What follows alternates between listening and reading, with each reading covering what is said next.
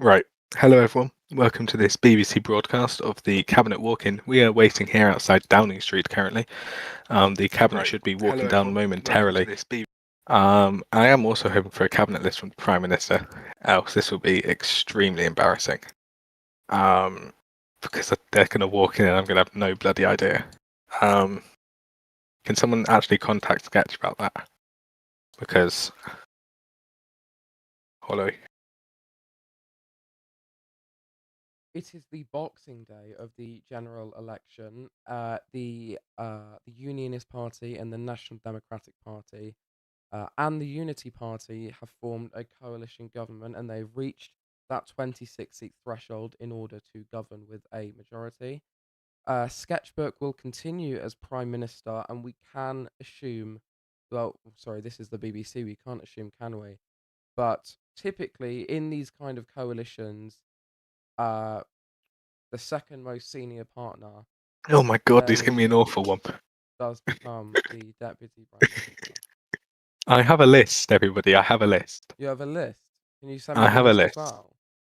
well? Sure, I can send you the list. It is an awfully formatted list, I can't lie. I almost cried looking at that list. I'll just send it to the board group chat. Okay, thanks. Right, he can begin walking out now. I'm just gonna have a quick look at these names. So there's a lot of people in this cabinet, from all over the political sphere. I don't know where each of their parties are. He's only listed a few parties. But you know, we've got some familiar faces. We've got some returning faces from the current administration. We've got some new faces. It should be great fun. I am recognizing a lot of names. Dragan Yeah. Kota is now walking into 10 Downing Dragan Street. Kota, he would be the Deputy Prime Minister for this administration. He is also going to be... Is he just a Deputy Prime Minister? I'm not seeing his name anywhere else. Is it Dragan Kota? The real Little Dragon is only listed once. You're joking.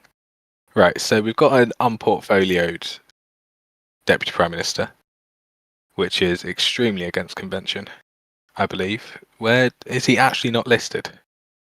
I've gone past this list about 3 times. He's not listed. We have an unportfolioed Deputy Prime Minister, everyone. That is extremely strange. But there we go. We can now say that Dragan Kota, the leader of the National Democratic Party, will become the Deputy Prime Minister of the United Kingdom in a coalition government with the Unionist Party and the Unity Party. We've got a second person coming. He's walking extremely fast. I believe that was Ginger There Ninja. we go, Ginger Ninja. There was also the Chief Whip walking in there, Captain Proudmore. There we go. Ginger Ninja, the leader of the Unity Party. So he will be getting Chancellor of the Exchequer. He will also get... is it just Chancellor of the Exchequer? Interesting. They did not secure First Secretary of State, the Unity Party, which is very strange. Oh, he's the second Lord of the Treasury, Ginger Ninja. Yeah. That's just a Chancellor of the Exchequer. Okay, fair enough. Coming in now, we've got Alcuin. He'll be the Foreign Secretary. He has been Foreign Secretary before. He did leave for some reason in May. I couldn't tell you about that one. And he has returned to the position of Foreign Secretary. He did have a rather controversial term as Foreign Secretary, especially in the end. However, it's clear the NDP, which party he is a part of, sees him fit to return to the office.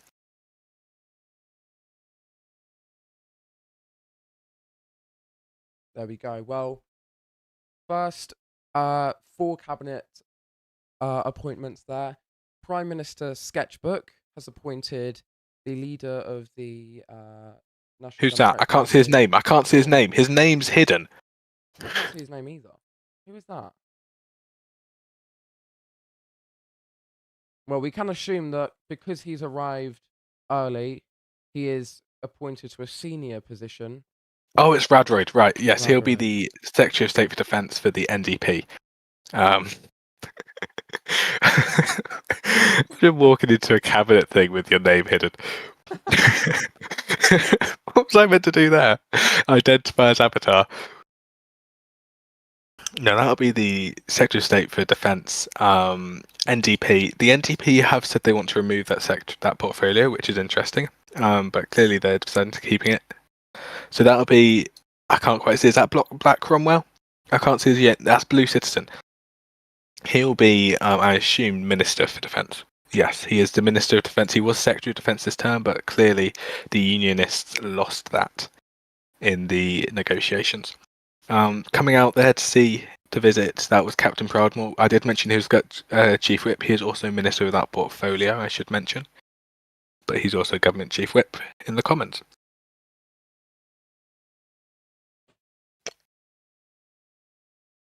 Well, there we go. That gives us quite a broad perspective of what the coalition agreement will look like. And walking in now, we've got Natty Sparky. Natty Sparky, I did see what his was, but I forgot. Yes, he is the First Secretary of State, which is very strange for the NDP to get the First Secretary of State and a Deputy Prime Minister, but hey ho. He's the First Secretary of State. He is also... It's an interesting coalition. He's also the Secretary of State for Justice. And the High Chancellor... Oh no, that's still Secretary of State for Justice. So that is interesting. Off the top of my head, I don't believe he's been Secretary of State for Justice before. I know he's been Leader of the House of Commons before. He has a storied career. Leader of the House of Commons before. Maybe Chief Whip. I don't quite remember. That is Jayden. He's the Attorney General, the Unionist Attorney General. Walking in there. I believe he's been a junior minister before. I don't know about senior positions. I think he's been in the shadow cabinet for some time, however. Walking down now is Hayden Murat, close advisor to the Prime Minister, close friend to the Prime Minister. We expect him to be in this cabinet. He is the leader of the House of Commons. Leader of the House of Commons and Lord President of the Council. It is not a surprise to see him here today. If anyone would like to come up and speak on these cabinet appointments, please join the Open VC. But once they're done. The Prime Minister is actually behind me. So I don't know why they're walking in. Seth. He is... Is Seth in the cabinet? He's part of the BBC. Seth's a technician, so I'm not sure it counts. Seth is not in the cabinet. He's the minister. Oh no, Seth. He's the Minister of the Cabinet Office, apparently. Interesting. Pretty useless role, in my opinion. I can't lie.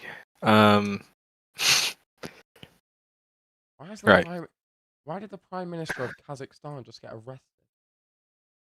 Don't worry about the Prime Minister of Kazakhstan. Can the next guy walk down, please? I'm waiting for you. He's flipping at the end of the road dancing. Right, who is this? This is... Some of them walk way too fast. I can't even see his name. Rathason or something? Did anyone see his name? Ramson. I think he's in the cabinet. Is he not in the cabinet? Oh, it wasn't Natty Killer. Sketchbook, the new Prime Minister. Well, not new. He's continuing as Prime Minister. And there is... He's not in the cabinet. Oh my god, the real Neons, Lister General. What? Is that it? Right, that is actually it. So there's the entire cabinet. Other cabinet members who are not here today include the real Neon, who is Solicitor General, Lava Inquis, who is the Gentleman at Arms and leader of the House of Lords. Verve Forel, the deputy leader of the NDP, is the Secretary of State for Social Affairs and Citizenship. What a useless role. Secretary of State for Lords and Electoral Reform is also Lava Inquis. Natty Killer is Minister of State for the Commonwealth of Nations. Charles Holyrood is Minister of State for Foreign Affairs. Jackie R. Westbrook. Hold on. Apparently, Chancellor of the Duchy. Half fucking BBC in this. Black H. Cromwell is Secretary of State for the Home Department. I believe that's everyone. Shall we bring Seth up to? Hang on, is there any? Okay, there's no one.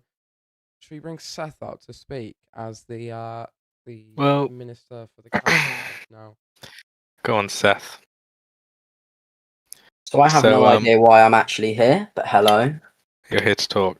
So that's I a didn't rather even ask. interesting cabinet. So what are your It thoughts on doesn't. the cabinet? Well, my thoughts on the cabinet are very simple. It's a very interesting cabinet. It's some of them have rather storied careers. Many of the ones from the NDP have rather storied careers. However, and some of the unionists as well. Some have rather. Some of them are new. Some of them are old. Some we didn't mention is Polly Scrim, Secretary of State for Veterans Affairs. Again, a bit of a useless position in my opinion.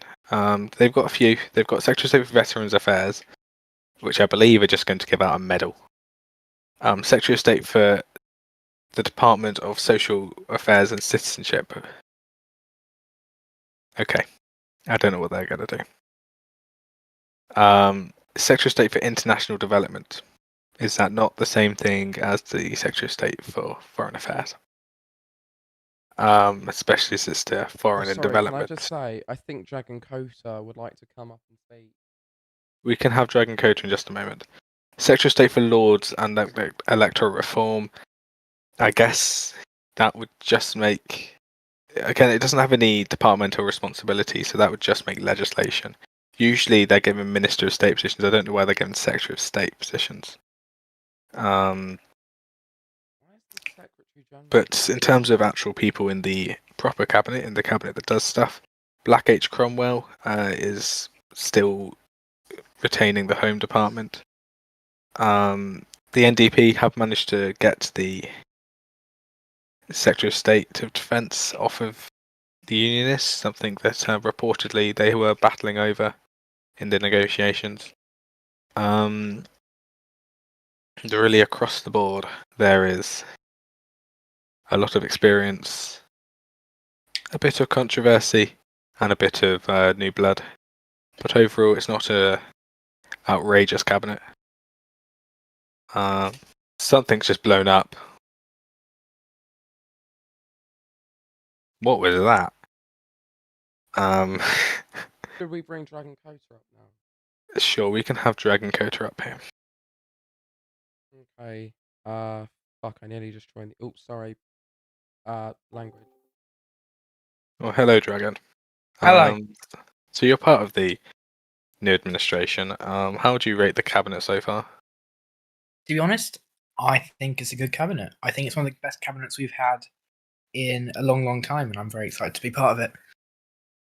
Well, my main question to you sort of is there's a plethora of somewhat useless positions. Veterans Affairs, Social Affairs and Citizenship, Lords and Electoral Reform, International Development. None of those have departments. None should really be Secretaries of State. They should all be Ministers of State. Well, are they just kind of there to say, hey, we've got more Secretary of States than you? No, I don't think that. You've said Laws and Electoral Reform. Laws and Electoral Reform is actually going to be a very important part of this government. It's all legislation. It'll just be writing legislation. Yeah, but they're vital parts of this government, and I don't oppose. They may be vital, but there's no department responsible. He's going to be writing the legislation, sending it to the Lords. Yeah. And then with the crossbench majority in the Lords, it'll either get rejected or it won't. Well, yeah, but also, no, actually, keep going. Sorry, I was about to make a mistake. No, I think it's good to have someone that's wholly responsible. It's a big area that we want change in, and I think it's right to a point. What do you want to change? I can't release that now. It'll be in the King's Speech. Well, no. What do you want to reform in the Lords, and what do you want to reform in the electorate? Again, you're going to be very excited to see the King's Speech. When the King's Speech- I don't care about the King's Speech. Okay, you've got this Secretary of State. All right, he's being Yeah. paid a government salary. What's his job going to be? What are you reforming? Look, it's actually part of the issue. I don't think I can say, to be honest. 'cause You it's not- can't say what a government employee is going to be doing. Well, the government employee will write legislation on the department, and he's going to do Well, a great job. that's why you have Uh, civil servants. Civil servants are paid to write legislation, not government employees. Well, it's good to have someone that's wholly focused on the Well, issue. yeah. Right. But what's he going to be doing? What electoral and what Lords reform do you have? Okay, I can get up the spread. I can get up the sheet if you really want me to, but it'll take me a minute. But like I said, the King's Speech will have it all down there. If I can find the sheet now, I don't know if I'm allowed to say this. Probably not. You're the Deputy Prime Minister. You can say it if you want. They can't go without you, Dragon. So why don't you just tell us what Lords and electoral reform means? Well, let me just find it. Anyway, can I just say what an honour it is to serve in such prestigious government under Sketchbook? Yeah, This- it would also be an honour to hear what Lords and electoral reform means. Well, it seems like this is a conflict of interest on your part. I'm very interested to see what one bit of legislation does. What would that one bit of legislation be? Well, no, I just feel like it's a bit of conflict of interest. Anyway, it's fine. I'm just going through it now.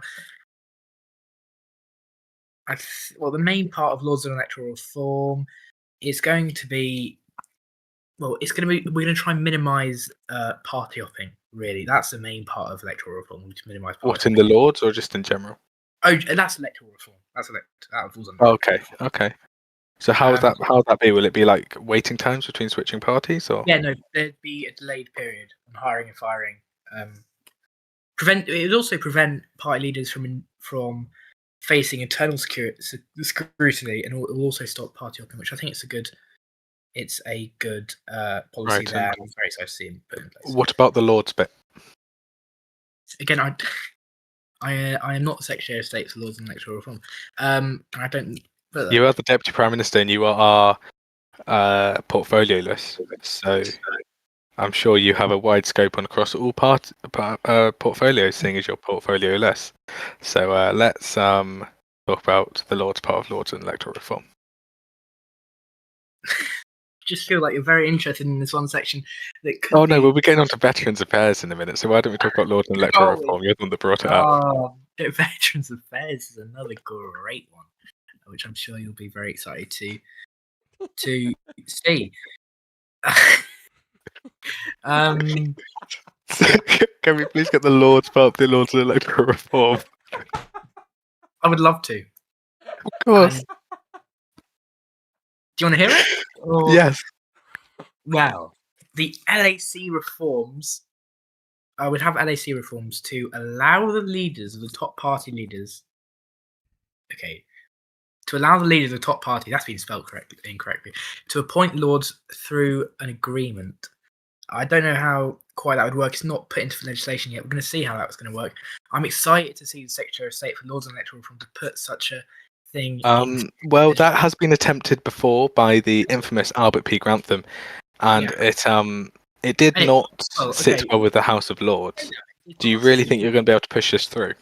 It did pass the House of Lords last time, if I remember correctly. Albert P. Grantham did get that law through, and he appointed 5 peers, one of them including me, and others including Tristan J. Belshaw, who still is he a lord still? And it was only 5 because that was all he was limited to, because that's all they would allow him to do. Well, to be fair, The it's not House going of by- Lords, going by this, there are only 5 party leaders. as a precedent, the House of Lords no longer enjoys just having lords appointed.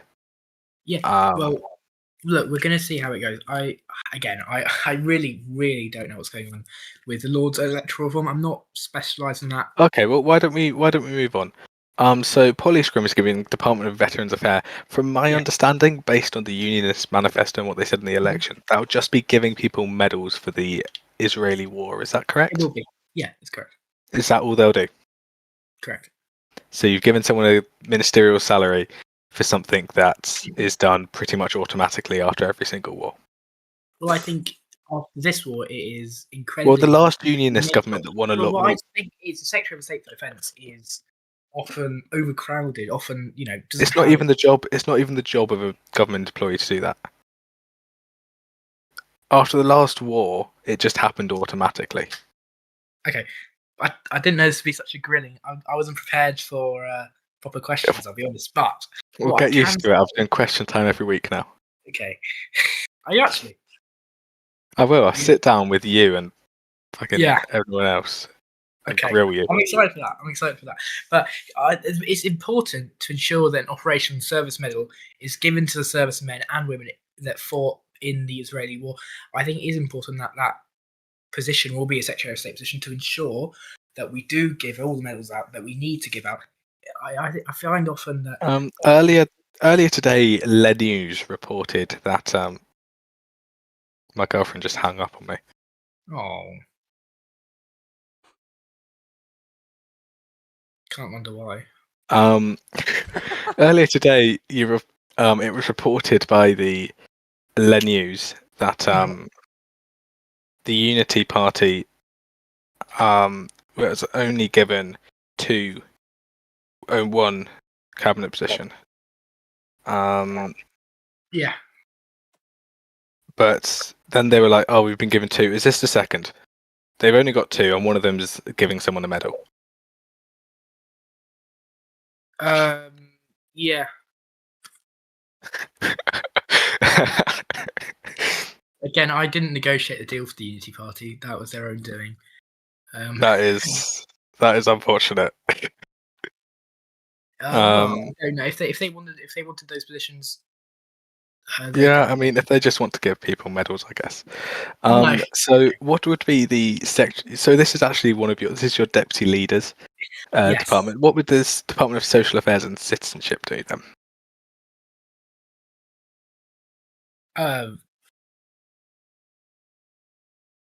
They're going to make sure that the UK is kept socially aware. What does that mean? They'll be socially aware. Socially, is this the propaganda department? Is it? No, no. Is this the state Yeah. propaganda department? No, socially aware, as in, they'll learn how to speak to people. They'll learn skills that some people in this. And how you do that? We could have mandatory, not mandatory. We could have lessons on how to speak to women, for example, for people in the community, and it could be like, how are you? And I think Ver Forel, must I say, is the perfect secretary. And of the State citizenship for- part of that. Citizenship Citizenship is managed by the administration. The border force is gone. What's the point in citizenship? I'll be honest. I think a lot of these positions are just to have just to be good. And frankly, I think having these extra Secretary of States is important to ensure that more people's voices are heard around the cabinet table. That these small. Earlier when I asked you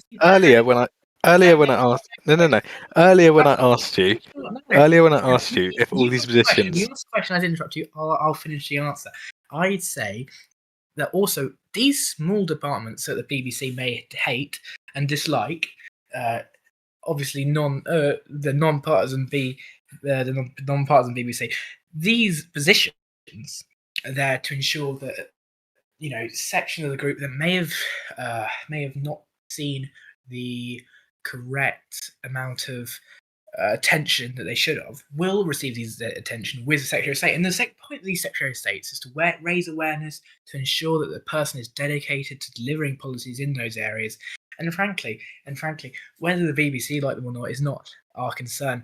These Secretary of States have been chosen for their great experience, their skill, their language, their way of speaking. Dragon, you can stop waffling now. No, it's not waffling. No. These people were chosen. First of all, these people were chosen. Maybe Love was chosen on his merits, but the other two were chosen because their parties needed more seats to fill. Earlier, when I asked you if these Yes. 4 positions were just there so parties could say they've got one more position, you said no. And since then, you've already backtracked, and it has taken, what, 10 minutes? No, But, not true at all. Not true at all, Theo. Listen, what I say to you there is what I would say to people who've asked this before, and I don't. Frankly, those 4 positions. Dragon. No, those 4 positions. Shut up. Those 4 positions were not. No party. Dragon. Yeah, Has anyone ever told you that you sound a bit like Boris Johnson? I have been told that a lot. I've been told that a lot. can we move the camera? Captain Proudmore's got a sign that's really mean. Where's this sign? I will stand by this sign. Quite right. Quite right.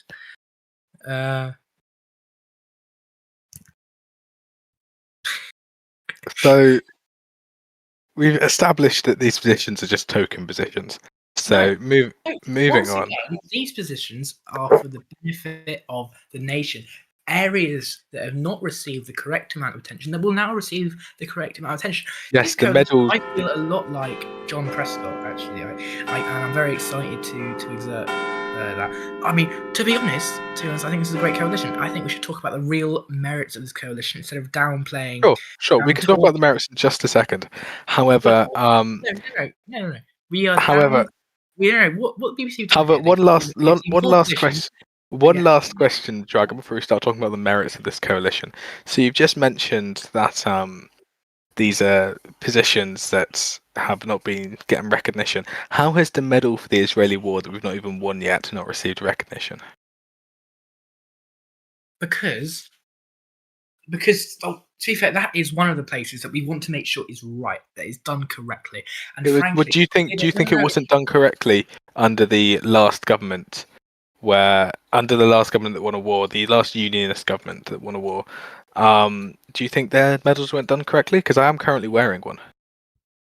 Well, if you're wearing one, they obviously weren't done correctly. But I was there. Are you downplaying? Are you downplaying a veteran's war experience? Let me just say, Theo, what I believe is important is that we get these medals right, we get them to the correct people, and I think as soon as we've done that, this position will probably go away. But what we want to do first... Will Unity agree with that position going away? Because it is their token position. Okay, well, let's not call it that. It's a proper position that we need to make sure is done right. And frankly... Do you not trust the Chancellery to make a medal? Huh? Do you not trust the Chancellery to make a medal? Well, I trust the Chancellery to make medal, but also... it's not just the Chancellery, it will be trying to distribute that medal to the correct people. Well, I'll tell you how it's going to be distributed, because the BAF distributes all medals the same way. They'll tell everyone to send proof that they were there. They'll send proof that they were there, then they'll receive the medal. And we want to make sure that that process is open and more viable to everybody. Do you think the BAF? Do you think it wasn't open and viable in the Korean War? Well, I think the Korean War was a joke, first of all. This war was actually proper. The Korean War was against a nation that was created by the UK for the purpose of going to war with them. Israel is... That is new information. Could you please go back into that quickly? No, I'm joking. I know you weren't. I'm just joking. Listen, the UK... Well, let me say this. Israel was not a walk in the park. It was kind of, but it was less of a walk in the park as North Korea was. Quite frankly, the Veterans Affairs will give medals to the correct people at the right times. Again, I'm not Secretary of State for Veterans Affairs. I cannot speak for them. I am not a representative for them. I'm the representative of this government. But I can tell you now that the Veterans Affairs will give the medals to the correct people who serve at the correct times. And it's important to make sure that process is open and fair and more accessible as possible. And I think that's what we will do. Okay, well, we'll move on to the pros of this cabinet. So obviously well, maybe not the pros, but obviously the NDP has walked away with rather a large swathe of this cabinet, being the second largest party. You have sort of run away with it. Would you agree with that? I feel like we've got a fair deal out of this. Yeah. A fair deal? Or do you A fair think you may have mugged off the other two parties? Absolutely not. Absolutely not. Okay. It's Well, fair. the Unionists only. I mean, they got both the leaders of the House, in fairness. However, they only really got Home Department and Attorney General in terms of departmental positions. Do you think I they'll be don't happy with think that? that's true. That is true. Give me 1 minute. I mean, the Prime Minister, they got the Premiership, and let's Yeah, not forget obviously. they've got Minister of States. They are the Minister. Defense Secretary. Let's not big up Minister of States. I've been a Minister of State before. Everyone knows who's ever been in government knows that Minister of State is a token position at best.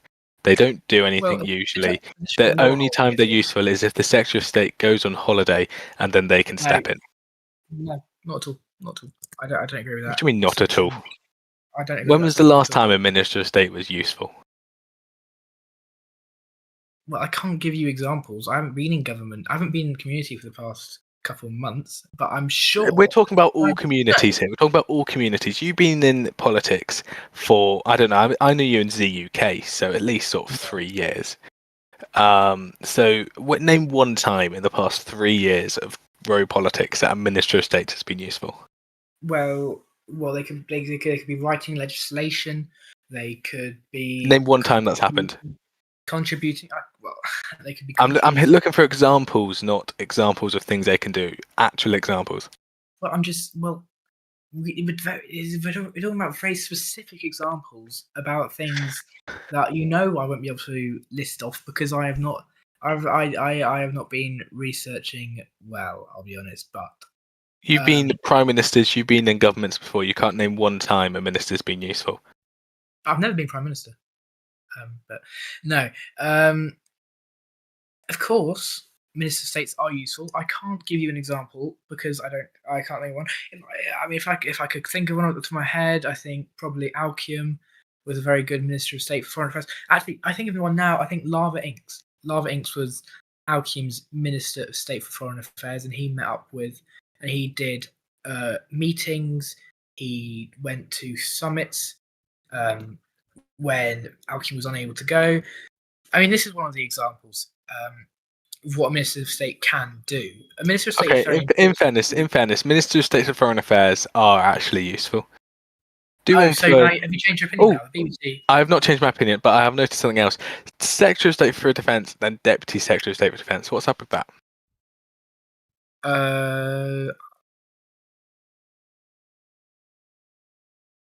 Well, sorry. Oh yes, that is quite a funny one. Well, we wanted to ensure both the Unionists and the National Democrats wanted to ensure that they had a fair input in the Defence Department, and we found it necessary to split. Well, Dragon, in your manifesto, you wanted to remove the Minister of State entirely, and now you're supporting having two Secretaries of State of Defence. Are these Secretaries of States equal? No, it's there's one called Secretary of State for Defence and there's one called Deputy Secretary of Defence. That's like saying Okay. I'm equal to Sketchbook in power. No, it's not. It's a bit less, but I think it's still more powerful. It still has a big input. It still will have the position will still have a big input, and I think Boldy, Blue Citizen, whatever his name is, will have a big input. Right. So, why not just call it Minister of State for Defence? Because it isn't the Minister of State. It has a bit more power than that. No, it doesn't. It does. Not legally. Not legally, but we've had this before. We've had foreign secretaries and deputy foreign secretaries. That's This difference will- entirely. The Deputy Foreign Secretary is the Minister of State for Africa. Look, it's not different entirely. I mean, okay, in that case, we will create a piece. What I'll do is personally, I'll create a piece of legislation separating the two. Then, if that is really Well, we what? need. So you ran on a platform of lessening the Ministry of Defence. No, And okay, don't. No, shut the fuck up. Listen, sorry, shut the flip up. Let me tell you now. The Defence Secretary which is run by the NDP, will carry out NDP policies such as giving the CDS more power over opening and closing directorates. That is something that we wanted to do when we were on our manifesto. And let me tell you, it's in the King's Speech. It will be in the King's Speech. We will be enforcing the manifesto that we had. And I'm very proud of that. I'm very proud that we were able to enforce those policies. And in fact, I believe the BAF will improve under these policies that a Secretary of State from the NDP will bring in. A unionist NDP government working, compromising, looking for the best alternative is the best government that this country can have. Listen, I believe in this BUK. I believe that turnout that we've just had is monumental. I think the group can shift into a more active era if we work hard now. And by that, I mean we need to give the right policies to the right departments, which includes creating these small departments to ensure that we do the small things right, while also doing the big things, such as giving more power to CDS, giving more power to creating a new court system, which we will be putting in place. It's incredibly important that we get this done. I'm very excited for the policies in the King's Speech. I think they're going to be great policies. They're groundbreaking policies. And I'm very excited for that. What I will say is that this NDP manifesto hasn't had... the NDP manifesto has been implemented in the departments that we have. Home Office, we probably... I am yet to see the Home Office policy, actually, of this coalition. And I think we'll see it soon. And I'm excited to see if we can get NDP policy in there. Like I said in the build-up to this election, I always said that the most important thing for me was not cabinet positions, it was policy positions. And I'm very happy to say that policy positions have been brought in the policies that we wanted them to be brought in, like the judiciary, like the defence. Those were our main points in the manifesto, and that's what we want to bring in. That's what we want to focus on, empowering the Chief of Defence Staff. It all leads back to that. Chief of Defence Staff. Okay, and we're going to empower it. So you've gotten a little off topic here. The NDP manifesto pledged to, you in the debate, you said you'd abolish the Ministry of Defence entirely. Obviously, that was not could not be achieved in the coalition. However, why would you accept a Deputy Secretary of State for Defence that's apparently more powerful than just a minister, but also... We've also removed the Minister of State. There won't be a Minister of State. Yeah, but the Minister of State didn't do anything anyway. And from what I'm hearing, neither will the Deputy Secretary of State. Is it just more red tape? Or is it, just a... Absolutely not. The red tape will be removed because that's what our policies dictate. What is the red tape, out of interest? The red tape is government, is the meddling ministers, can I say. So you've not taken away any ministers. You've according to you, you've promoted the... There was two meddling... No. Let me talk. There was two meddling... No. Dragon. There was two meddling ministers. Dragon. No. Listen. No. I'm not. Dragon. The policy is... No, listen. Right, Dragon. Let me tell you something. What your problem was you had two ministers originally under previous governments. Two ministers, a senior one and a not so senior one, a minister and a Secretary of State. What you've done is, according to you, your own words, you've promoted one Secretary of State to the Minister of State to a Deputy Secretary of State. Is that not more red tape if he's been promoted and he has more power? Absolutely not, and that's dead wrong. Because policy is to give the power to the CDS. Whether we have people representing the government, it doesn't matter because the government will be taken back anyway. The policy is that we will give more power to the Chief of Defence Staff, such as giving them more control over deployments with foreign nations. Hold on. You're giving them more power to deploy over foreign nations. So the Chief of Defence Staff will be able to deploy without government approval? What? Sorry. So you just mentioned you'd give the Chief of Defence Staff more power over deploying to foreign nations. Does that mean he'll be able to deploy to foreign nations without the Foreign Office or government? No, I didn't know. I meant like friendly, what are they called, PRs? Yeah. But that would still be deploying to a foreign nation without the Foreign Office's consent. I believe the Chief of Defence Staff will have more power to choose deployments with PRs, and I think that's a great thing. I think that's an amazing thing. Well, yeah, but that's not the point. That would still be taken. That would still be him deploying without the Foreign Office or Ministry of Defence's consent. Shut up. There's going to be minimal government oversight, I think. There will be some. I think. I don't know. I did read that there will be minimal government oversight. I do remember that. But let me tell you something. What this does is gives more power for the CDS to choose. They can look at nations. They can go, right, they're good. Let's do one against them to test our best soldiers. And I think that's a good thing. I think at the moment governments dilly-dally. They don't hold raids, practice raids. They don't do anything with the BF. And then that's why activity has died in the BF until this war's come around. And we want to keep that activity going. We want to keep that going. Obviously, I think there probably will be a government sign-off at some point. But for the most part, the CDS will be choosing who we go with, who they want to battle with. And in fact, that isn't a bad thing. What that is will give the BF more chances to fight new people, more nations, more battles, more activity, frankly. And I think that's a great thing. Or it could be the CDS gaining a lot of power, and then if you appoint the wrong CDS in the future, as the current CDS is leaving, he could abuse that power, potentially cause problems with other nations.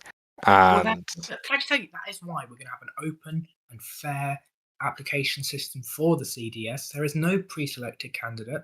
There was an open and fair selection of the CDS previously. Do you think the CDS was good? I think Badger chose the wrong CDS, I'll be honest. But right, so are you immune to choosing the wrong CDS? No. What? No. So, can I just say no? Listen. So, what does an open and fair process mean about? Shut up! Badger chose the wrong CDS because he was inactive. Aaron was inactive. We won't choose someone that's going to be inactive. We're not that dumb. Badger is dumb. That's why he chose someone that was inactive. We won't do the same mistakes. We won't make those same mistakes. Let me tell you, this open and fair application system. We have no pre-selected candidate like. We will have no pre-selection. Nobody is the favourite. Nobody is guaranteed the position.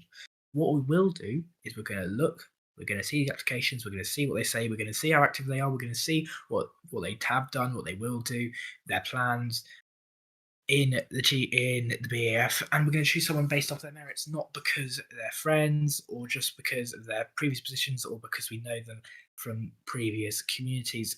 That is what's wrong. That's what went wrong with Wad's government, and that's not going to go wrong in this government. Frankly, this government is I believe mandated by the people to choose the right people for the right. Well, as a coalition, you do have no mandate. Well, as a coalition, we have a mandate. A three-way coalition surely has less of a mandate than the largest party. No, us combined has more votes. Even NDP. A BBC. Hold on. A BBC poll today. A BBC poll today placed your coalition only one vote. Our election just yesterday. An election just yesterday. Election may have just been yesterday, but did they vote NDPs going? I hope that we go into coalition with the Unionists. Clearly not. Else they would have voted for the Unionists. They voted NDP hoping our policies would be enacted. No, the policies are being enacted. Well, but what about the Unity voters? What about the Unity voters? Because are their policies being enacted? I can say the same for the Unionists. That all the policies will be enacted. There'll be compromises, and that is good for democracy. Frankly, a Badger government.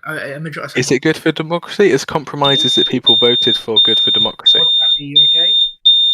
Is that the end of the broadcast? Oh no, that is someone's fire alarm going off. Let me just say one thing. This government is mandated by the people to do the right thing, to choose the right people, and we're in an age. I think we've started a new chapter in BUK where if we can keep up this activity that we've got from BAF in Israel, I should say, by giving the BAF more power to do their own thing, to get more people active. Government, frankly, doesn't know what they're doing. Now we've got, at least the previous government didn't know what they're doing. Now we need to make sure that we do the right thing. We give BEF more power. That's what NDP promised, and that's what we will do.